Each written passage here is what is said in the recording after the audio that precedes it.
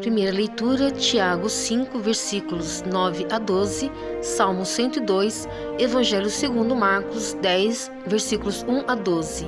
Meus irmãos e minhas irmãs, estamos no Evangelho de São Marcos, capítulo 10, do versículo 1 até o 12º, e Jesus está nos ensinando. Preciso notar uma coisa, meus irmãos: tudo que Jesus nos ensina é para o benefício da salvação da nossa alma. Quem quer se salvar é só seguir o que Jesus ensina. E não adianta ficar com questionamento, por causa disso ou por causa daquilo. E aqui vocês estão vendo que uma pergunta foi feita para Jesus. A pergunta é essa. Alguns dos fariseus se aproximaram de Jesus para pô-lo à prova. Primeiro, que eles estavam querendo colocar Jesus numa situação ruim, mas quem são eles para conseguir colocar Deus em uma situação ruim? Deus é Deus. O ser humano jamais conseguirá colocar Deus numa situação ruim. Mas eles tentaram, né? Estavam tentando. Então, para pô-lo à prova, perguntaram se era permitido ao homem divorciar-se de sua mulher. Vocês estão vendo, meus irmãos? É permitido um homem casado na igreja, uma mulher casada na igreja. É permitido se divorciar? Por qualquer motivo eles podem se divorciar? É a pergunta que foi feita a quem? A Deus. Não está sendo feita por Padre José Augusto ou para qualquer pessoa. É a Deus. É permitido uma pessoa devidamente casada na Igreja Católica, ela pode se divorciar, ela pode se separar. E Jesus faz a pergunta: o que é que diz a lei? O que foi que Moisés fez? Elas estão dizendo que Jesus fez uma certidão de divórcio, ou seja, Moisés permitiu o divórcio. Moisés, não foi Deus que permitiu o divórcio. Estão entendendo? Eu repito, quem deu o divórcio foi Moisés, não Deus que fez. Não foi Deus que divorciou quem foi devidamente casado. E Jesus responde: Moisés deu até certidão de divórcio, mas no começo não foi assim. Aí agora Jesus fala: pois o homem deixará seu pai e sua mãe, e os dois serão uma só carne. Jesus agora está se referindo lá no Antigo Testamento. Depois vocês peguem e leiam o capítulo 2 do livro do Gênesis, quando de uma certa forma ali Deus instituiu o sacramento do matrimônio. Ele diz justamente isso: sim, já não são dois, mas uma só carne. Portanto, que Deus uniu, o homem não separe. Eu vou ler de novo a partir do versículo 7. Por isso, o homem deixará seu pai e sua mãe, e a mulher deixará o seu pai e sua mãe, e os dois serão uma só carne. Já não serão duas carnes, uma só carne. Assim, olha bem, não é o Padre José Augusto que vos fala agora, que está dizendo, é Jesus Cristo. Assim, já não são dois, mas uma só carne. Portanto, o que Deus uniu, o homem não separe. Então, o homem não pode separar da sua esposa. A mulher não pode separar do seu esposo. E aqui o Evangelho, vocês estão vendo que eu só estou lendo o Evangelho. Eu só estou dando pequenas pinceladas diante do que Jesus ensina. Em casa, os discípulos fizeram novamente perguntas sobre o mesmo assunto, porque eles não estavam acostumados com isso, não. Eles estavam acostumados também com essa lei ali de Moisés, casou, se separou. Não estou aguentando mais essa mulher, não estou aguentando mais esse homem, aí vai lá. Aí Moisés dava a certidão de divórcio, então eles quiseram aprofundar a pergunta.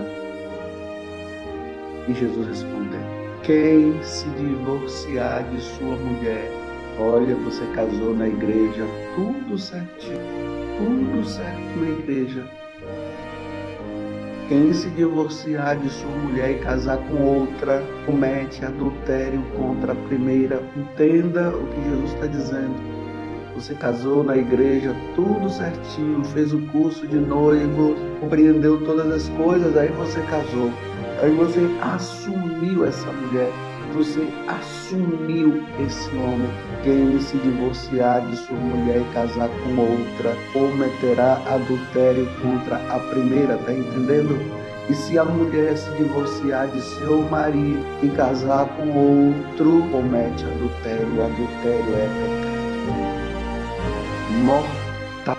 Então você que está me ouvindo agora e você casou na igreja, depois de você ter casado, olhe bem o que eu estou falando, fez tudo certinho, vocês namoraram, vocês foram se conhecendo, depois você fez o curso de noivos.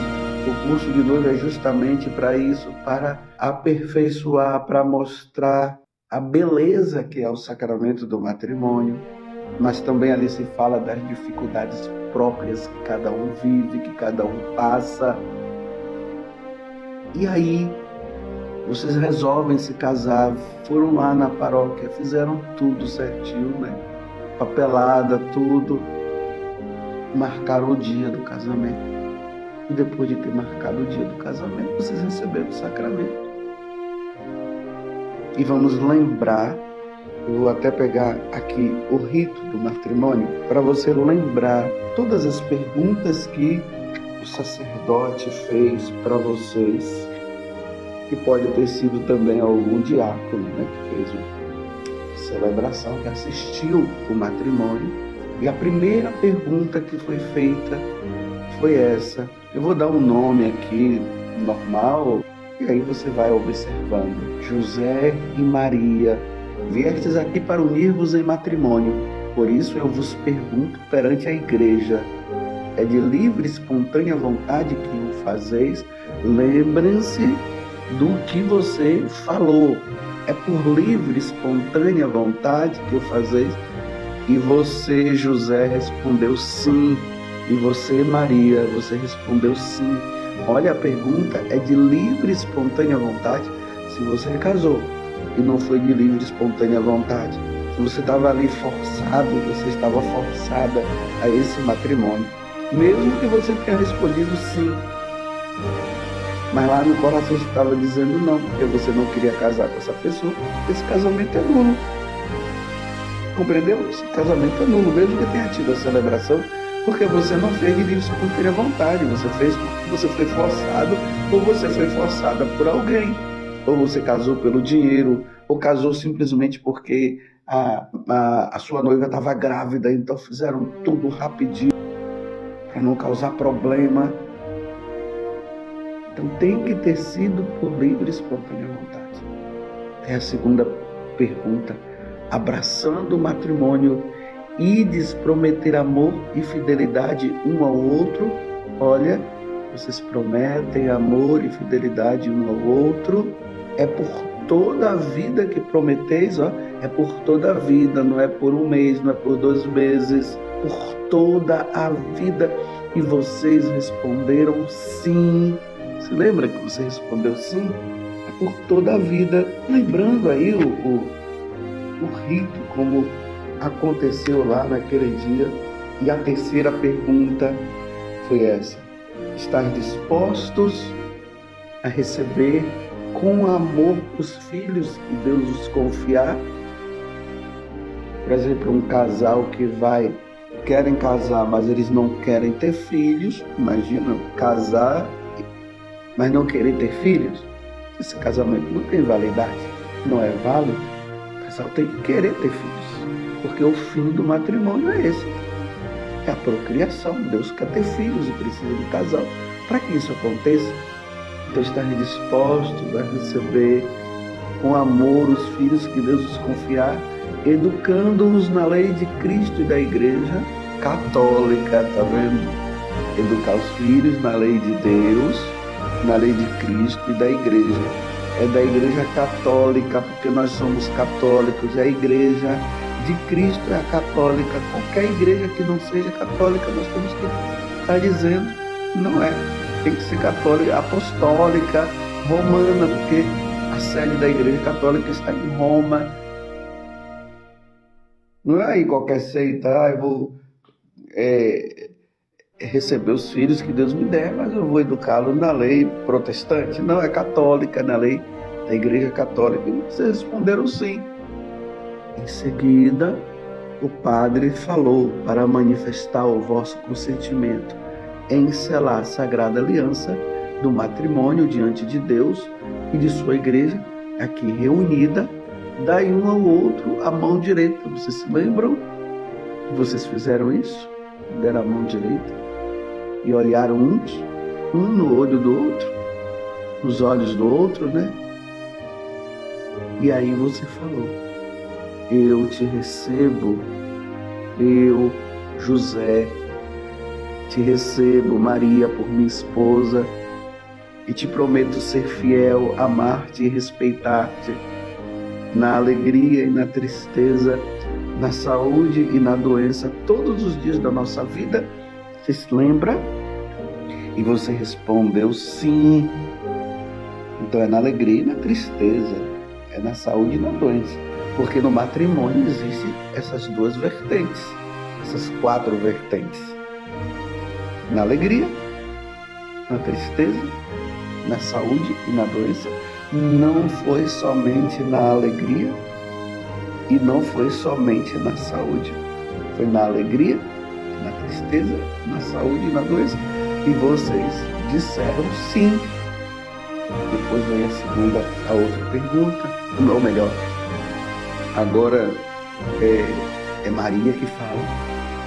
Eu, Maria, te recebo, José, por meu esposo, e te prometo ser fiel, amar-te e respeitar-te, na alegria e na tristeza, na saúde e na doença, todos os dias da nossa vida. Você se lembra que você falou isso?